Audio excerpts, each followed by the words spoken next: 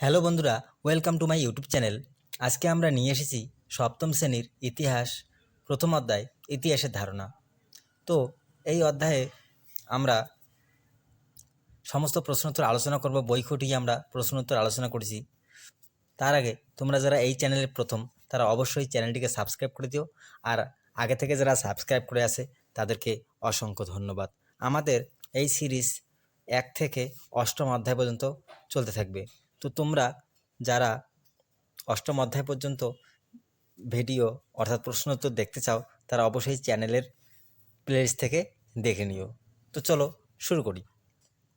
1, সাল তারিখ কোন বইতে থাকবেই? উত্তর হচ্ছে ইতিহাস বইতে। 2, কোন রাজা গঙ্গাইকোন্ড চোল উপাধি নেন? উত্তর হচ্ছে চোল রাজা প্রথম রাজেন্দ্র চোল। তারপরে 3, সকলোত্তর পদ্মনাথ উপাধি কে নিয়েছিলেন? উত্তর হর্ষবর্ধন। 4, দন্তি দুর্গ কোন অঞ্চলে রাজত্ব করতেন? উত্তর দক্ষিণ ভারতের কর্ণাটক অঞ্চল। 5, লেখ কাকে বলে? উত্তর পাথর বা ধাতুর পাতে লেখা থেকে পুরনো দিনের অনেক কথা জানা যায়, সেগুলোকেই লেখ বলে। 6, তাম্রলেখ কাকে বলে হতো? তো লেখগুলি তামার পাতে লেখা হলে তাকে তাম্রলেখ বলে।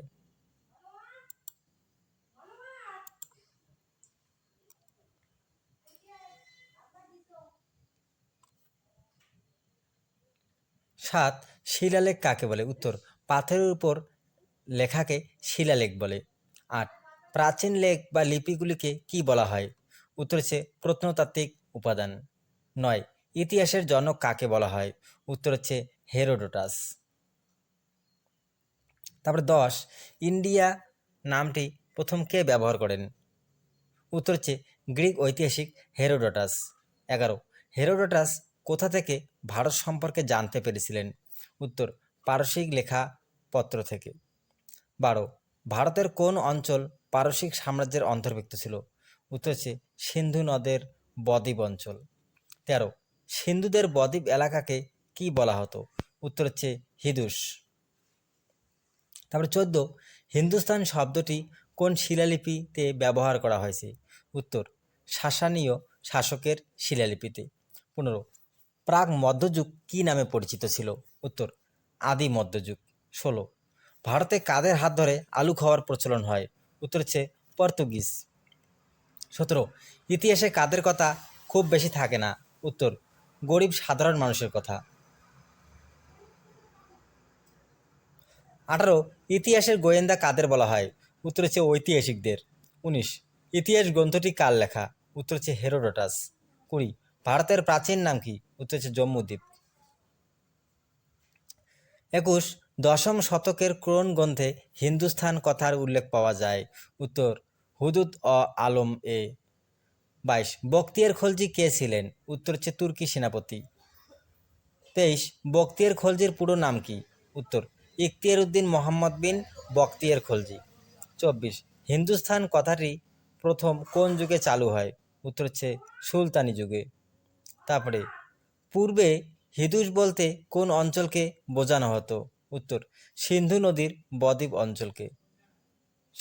তারপর 26, সাসানীয় শাসক কোথায় রাজত্ব করতেন? উত্তর হচ্ছে পারস্যে। 27, হুদুদ অল আলম গ্রন্থটি কবে লিখিত হয়? উত্তর খ্রিস্টীয় 10ম শতকে। 28, হুদুদ অল আলম গ্রন্থটি কী ধরনের গ্রন্থ? উত্তর হচ্ছে ভূগোল গ্রন্থ। তারপরে 29, মোগল যুগে পরশিদের কি বলা হতো? উত্তর হচ্ছে আজনবী। 30, আকবর কোন সাম্রাজ্যের সম্রাট ছিলেন? উত্তর হচ্ছে মোগল সাম্রাজ্যের। 31, তাজমহল স্থাপত্যটি আসলে কি? এটা হচ্ছে স্মৃতিসৌধ। এই তাজমহল তৈরি করেছিলেন মোগল সম্রাট শাহজাহান।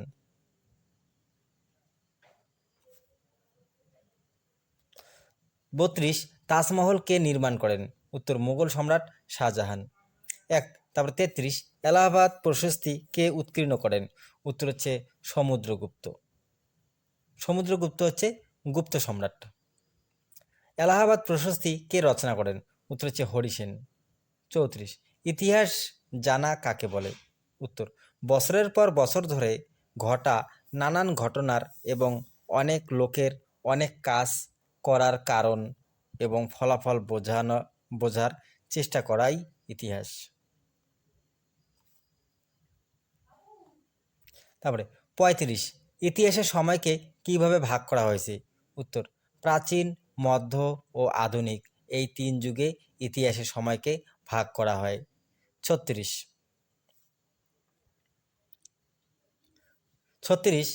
ইতিহাসের উপাদানগুলিকে কি কি ভাগে ভাগ করা হয়েছে? উত্তর, ইতিহাসের উপাদানগুলিকে নানা ভাগে ভাগ করা হয়েছে, যেমন লেখ, মুদ্রা, স্থাপত্য, ভাস্কর্য ও লিখিত উপাদান। 37, ইতিহাসের উপাদান বলতে কি বোঝো? উত্তর, পুরনো দিনের বহু জিনিস যা আজও রয়ে গেছে, সেগুলি আমাদের অতীতের কথা জানতে সাহায্য করে। প্রাচীন ঘরবাড়ি, মন্দির, মসজিদ,